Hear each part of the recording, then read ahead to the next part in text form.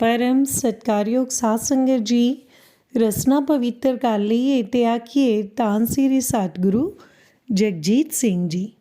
साध संगत जी, साखी का सिरलेख है, तू समरथ अकथ अगोचर जियो पिंड तेरी रास। सतगुरु सदा ही सिख दे नेड़े हुंदा है, ਉਹ ਸਦਾ ਹੀ ਸਭ ਕੁਝ ਵੇਖਦਾ ਸੁਣਦਾ ਹੈ। ਜਦੋਂ ਅਸੀਂ ਉਸ ਨੂੰ ਦੂਰ ਸਮਝ ਕੇ ਉਹਦੇ ਹੁਕਮਾਂ ਦੀ ਉਲੰਘਣਾ ਕਰਦੇ ਹਾਂ ਤੇ ਕਸ਼ਟ ਪਾਉਂਦੇ ਹਾਂ। ਗੁਰਬਾਣੀ ਦੱਸਦੀ ਹੈ, ਦੱਦੈ ਦੋਸ ਨਾ ਦਿਓ ਕਿਸੈ, ਦੋਸ ਕਰਮਾ ਆਪਣਿਆ, ਜੋ ਮੈਂ ਕੀਆ ਸੋ ਮੈਂ ਪਾਇਆ, ਦੋਸ ਨਾ ਦੀਜੈ ਅਵਰਜਨਾ। ਆਪਣਾ ਕੀਤਾ ਤਾਂ ਭਰਨਾ ਹੀ ਪੈਂਦਾ ਹੈ। ਇਸ ਦੇ ਬਾਰੇ ਇੱਕ ਵਾਰਤਾ ਹੈ। ਭੈਣੀ ਸਾਹਿਬ ਰਹਿਣ ਵਾਲੇ ਮੱਖਣ ਸਿੰਘ ਜੀ ਦੱਸਦੇ ਹਨ ਕਿ ਉਹ ਪਹਿਲਾਂ ਪਿੰਡ ਰੌੜ ਲੁਧਿਆਣਾ ਰਹਿੰਦੇ ਸਨ। ਜਨਵਰੀ 1978 ਵਿੱਚ ਜਦੋਂ ਉਹ 17-18 ਸਾਲਾਂ ਦੇ ਸਨ ਤਾਂ ਉਹ ਦੁਬਈ ਚਲੇ ਗਏ।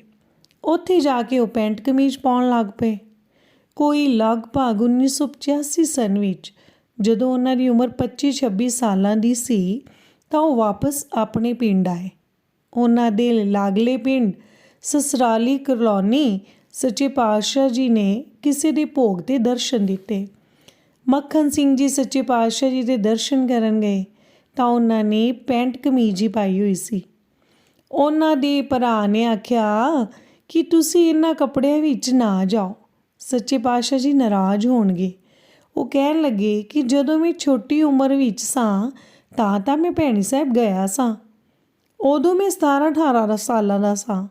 ਉਦੋਂ ਮੇਰੀ ਦਾੜੀ ਵੀ ਨਹੀਂ ਸੀ ਆਈ ਹੋਈ। ਹੁਣ ਮੇਰੀ ਦਾੜੀ ਆਈ ਹੋਈ ਹੈ।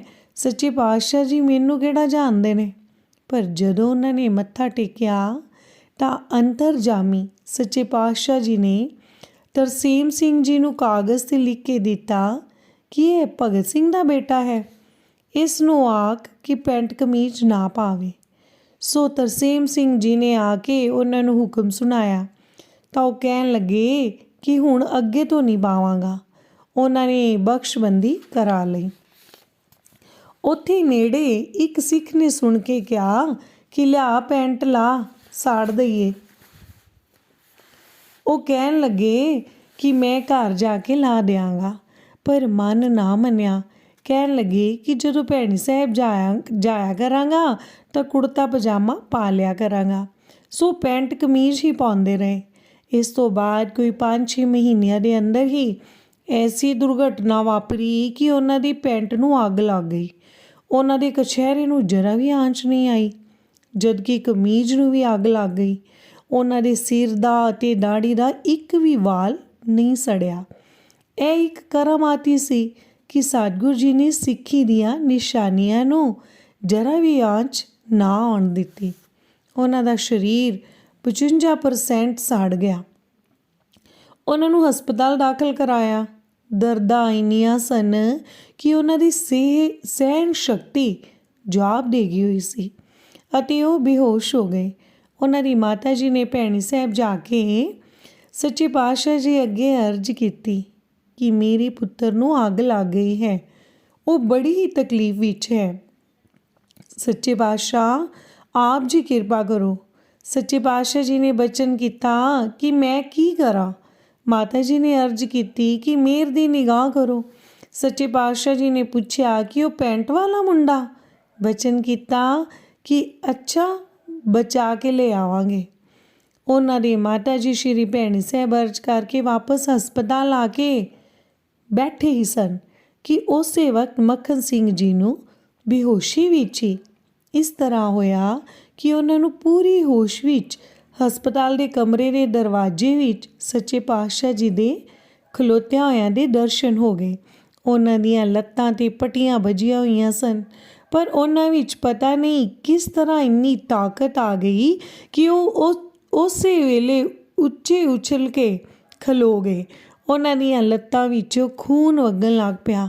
ਉਹਨਾਂ ਦੇ ਕੋਲ ਬੈਠੇ ਭਤੀਜੇ ਬਲਕਾਰ ਨੇ ਉਹਨਾਂ ਨੂੰ ਫੜਿਆ, ਪਰ ਉਹਨਾਂ ਨੇ ਪੂਰੀ ਜ਼ੋਰ ਨਾਲ ਅੱਗੇ ਵੱਧ ਕੇ ਸੱਚੇ ਪਾਤਸ਼ਾਹ ਜੀ ਦੇ ਚਰਨਾਂ 'ਤੇ ਮੱਥਾ ਟੇਕਿਆ। ਉਹ ਭਤੀਜੇ ਨੂੰ ਵੀ ਕਹਿਣ ਲੱਗੇ ਕਿ ਸੱਚੇ ਪਾਤਸ਼ਾਹ ਜੀ ਆਏ ਹਨ, ਮੱਥਾ ਟੇਕ ਲੈ ਤੂੰ ਵੀ, ਪਰ ਉਸ ਨੂੰ ਦਰਸ਼ਨ ਹੋ ਹੀ ਨਹੀਂ ਸਨ ਰਹੇ। ਉਹ ਕਹੀ ਜਾ ਰਿਹਾ ਸੀ ਕਿ ਕਿੱਥੇ ਨੇ ਸੱਚੇ ਪਾਤਸ਼ਾਹ ਜੀ। ਉਸਨੇ ਉਹਨਾਂ ਨੂੰ ਫੜ ਕੇ ਮੰਜੇ 'ਤੇ ਲਟਾ ਦਿੱਤਾ ਅਤੇ ਉਹ ਫਿਰ ਉਸੇ ਤਰ੍ਹਾਂ ਹੀ ਬੇਹੋਸ਼ ਹੋ ਗਏ। ਇਸੇ ਦੌਰਾਨ ਉਹਨਾਂ ਨੂੰ ਜਾਪਿਆ ਕਿ ਜਮ ਉਹਨਾਂ ਨੂੰ ਫੜ ਕੇ ਲੈ ਗਏ ਹਨ ਅਤੇ ਬੜੀ ਤਸੀਹੇ ਦੇ ਰਹੇ ਹਨ। ਜਮਾ ਨੇ ਉਹਨਾਂ ਨੂੰ ਕੜਾਹੇ ਵਿੱਚ ਉਬਾਲਿਆ। ਉਹਨਾਂ ਨੇ ਜਮਾ ਨੂੰ ਆਖਿਆ ਕਿ ਮੈਨੂੰ ਇੰਨੀ ਦੁੱਖ ਨਾ ਦਿਓ, ਇਸ ਨਾਲੋਂ ਚੰਗਾ ਮੈਨੂੰ ਮਾਰ ਹੀ ਛੱਡੋ। ਇੰਨੇ ਚਿਰ ਵਿੱਚ ਉਹਨਾਂ ਨੂੰ ਉੱਥੇ ਸੱਚੇ ਪਾਤਸ਼ਾਹ ਜੀ ਦੇ ਦਰਸ਼ਨ ਹੋ ਗਏ। ਸੱਚੇ ਪਾਤਸ਼ਾਹ ਜੀ ਉਹਨਾਂ ਨੂੰ ਜਮਾ ਕੋਲੋਂ ਛੁਡਾ ਕੇ ਲੈ ਆਏ। ਇਸ ਤੋਂ ਬਾਅਦ ਉਹਨਾਂ ਨੂੰ ਹੋਸ਼ ਆ ਗਈ ਅਤੇ ਸੱਚੇ ਪਾਤਸ਼ਾਹ ਜੀ ਦੀ ਕਿਰਪਾ ਨਾਲ ਥੋੜ੍ਹੇ ਦਿਨਾਂ ਵਿੱਚ ਹੀ ਹਸਪਤਾਲ ਤੋਂ ਛੁੱਟੀ ਵੀ ਮਿਲ ਗਈ। ਹੁਣ ਤੱਕ ਬਿਲਕੁਲ ਠੀਕ ਹਨ ਅਤੇ ਆਪਣੀ ਸਿੱਖੀ ਬਾਣੇ ਵਿੱਚ ਹੀ ਰਹਿੰਦੇ ਹਨ। ਧੰਨ ਧੰਨ ਧੰਨ ਧੰਨ ਹਨ ਅਕਾਲ ਪੁਰਖ ਸਤਿਗੁਰੂ ਜਗਜੀਤ ਸਿੰਘ ਜੀ, ਜਮਾ ਤੋਂ ਵੀ ਰੱਖਿਆ ਕਰਨ ਵਾਲੇ। ਆਓ ਉਹਨਾਂ ਦੇ ਚਰਨਾਂ 'ਤੇ ਮੱਥਾ ਟੇਕੀਏ ਅਤੇ ਉਹਨਾਂ ਕੋਲੋਂ ਹੁਕਮ ਮੰਨਣ ਦਾ ਬਲ ਮੰਗੀਏ। ਇੱਕ ਬਿਲਕੁਲ ਛੋਟੀ ਜਿਹੀ ਹੋਰ ਸਾਖੀ ਹੈ। ਜਮ ਤੇ ਰਾਖੈ ਦੇ ਕਰ ਹਾਥ, ਜਮਾ ਤੋਂ ਵੀ ਬਚਾਉਣ ਵਾਲੇ ਧੰਨ ਸਤਿਗੁਰੂ ਜਗਜੀਤ ਸਿੰਘ ਜੀ ਦੇ ਚਰਨਾਂ ਦਾ ਧਿਆਨ ਧਰ ਕੇ ਉਹਨਾਂ ਦੀ ਕਿਰਪਾ ਦੀ ਇੱਕ ਸਾਖੀ ਇਸ ਤਰ੍ਹਾਂ ਸੁਣੋ। ਇਹ ਵਾਰਤਾ ਸਨ 1983 ਦੀ ਹੈ। ਸੰਤ ਅਨੂਪ ਸਿੰਘ ਜੀ ਕਕੜਾ ਵਾਲੇ, ਜਿਹੜੇ ਅੱਜ ਕੱਲ੍ਹ ਭੈਣੀ ਸਾਹਿਬ ਰਹਿ ਕੇ ਝੋਕਾ ਲਾਉਣ ਦੀ ਸੇਵਾ ਕਰ ਰਹੇ ਹਨ, ਉਹ ਦੱਸਦੇ ਹਨ ਕਿ ਉਸ ਸਮੇਂ ਉਹ ਜੀਵਨ ਨਗਰ ਰਹਿੰਦੇ ਸਨ। ਸੰਨ 1983 ਵਿੱਚ ਉਹਨਾਂ ਨੂੰ ਬਹੁਤ ਜ਼ਿਆਦਾ ਤੇਜ਼ ਬੁਖਾਰ ਹੋ ਗਿਆ। ਬੁਖਾਰ ਘੱਟ ਹੀ ਨਹੀਂ ਸੀ ਰਿਹਾ। ਰਾਤ ਦੇ ਸਮੇਂ ਉਹਨਾਂ ਨੂੰ ਜਮਾ ਦੇ ਦਰਸ਼ਨ ਹੋਏ। ਉਹ 4 ਜਣੇ ਸਨ। ਉਹਨਾਂ ਦੇ ਸਿਰਾਂ 'ਤੇ ਸਿੰਘ ਸਨ। ਅਨੂਪ ਸਿੰਘ ਜੀ ਬਹੁਤ ਡਰ ਗਏ। ਜਮਾ ਦੇ ਹੱਥਾਂ ਵਿੱਚ ਲੱਕੜਾਂ ਅਤੇ ਰੱਸੀ ਸੀ। ਉਹ ਅਨੂਪ ਸਿੰਘ ਜੀ ਨੂੰ ਬੰਨ੍ਹ ਕੇ ਲਿਜਾਣ ਵਾਸਤੇ ਆਏ ਸਨ। ਅਨੂਪ ਸਿੰਘ ਜੀ ਦੇ ਕੋਲ ਹੀ ਘਮੰਡਾ ਸਿੰਘ ਜੀ ਕਕੜਾ ਵਾਲੇ ਸੁੱਤੇ ਹੋਏ ਸਨ। ਅਨੂਪ ਸਿੰਘ ਜੀ ਨੇ ਉਹਨਾਂ ਨੂੰ ਆਵਾਜ਼ ਮਾਰੀ ਕਿ ਮੈਨੂੰ ਜਮ ਲੈ ਚੱਲੇ ਹਨ, ਮੈਨੂੰ ਬਚਾਓ। ਪਰ ਸੱਚੇ ਸਤਿਗੁਰ ਤੋਂ ਬਿਨਾਂ ਜਮਾ ਤੋਂ ਕੌਣ ਬਚਾ ਸਕਦਾ ਹੈ। ਘਮੰਡਾ ਸਿੰਘ ਜੀ ਨੇ ਉਹਨਾਂ ਨੂੰ ਕਿਹਾ ਕਿ ਤੂੰ ਧੰਨ ਸਤਿਗੁਰੂ ਜਗਜੀਤ ਸਿੰਘ ਜੀ ਕਹਿ, ਸਤਿਗੁਰੂ ਜੀ ਨੂੰ ਯਾਦ ਕਰ, ਇਹ ਤੈਨੂੰ ਛੱਡ ਜਾਣਗੇ। ਅਨੂਪ ਸਿੰਘ ਜੀ ਨੇ ਉੱਚੀ ਆਵਾਜ਼ ਵਿੱਚ ਕਿਹਾ ਕਿ ਸੱਚੇ ਪਾਤਸ਼ਾਹ ਜੀ, ਮੈਨੂੰ ਇਹਨਾਂ ਕੋਲੋਂ ਬਚਾਓ। ਫਿਰ ਕੀ ਸੀ, ਸਤਿਗੁਰੂ ਜਗਜੀਤ ਸਿੰਘ ਜੀ ਨੇ ਉਸੇ ਛਿਨ ਉੱਥੇ ਪ੍ਰਗਟ ਹੋ ਕੇ ਦਰਸ਼ਨ ਦੇ ਦਿੱਤੇ। ਉਹਨਾਂ ਨੇ ਜਮਾ ਨੂੰ ਹੁਕਮ ਕੀਤਾ ਕਿ ਤੁਹਾਨੂੰ ਭੁਲੇਖਾ ਲੱਗਾ ਹੈ, ਅਜੇ ਇਹਦੀ ਵਾਰੀ ਨਹੀਂ ਆਈ, ਤੁਸੀਂ ਜਾਓ। ਜਮ ਅਨੂਪ ਸਿੰਘ ਜੀ ਨੂੰ ਛੱਡ ਕੇ ਚਲੇ ਗਏ।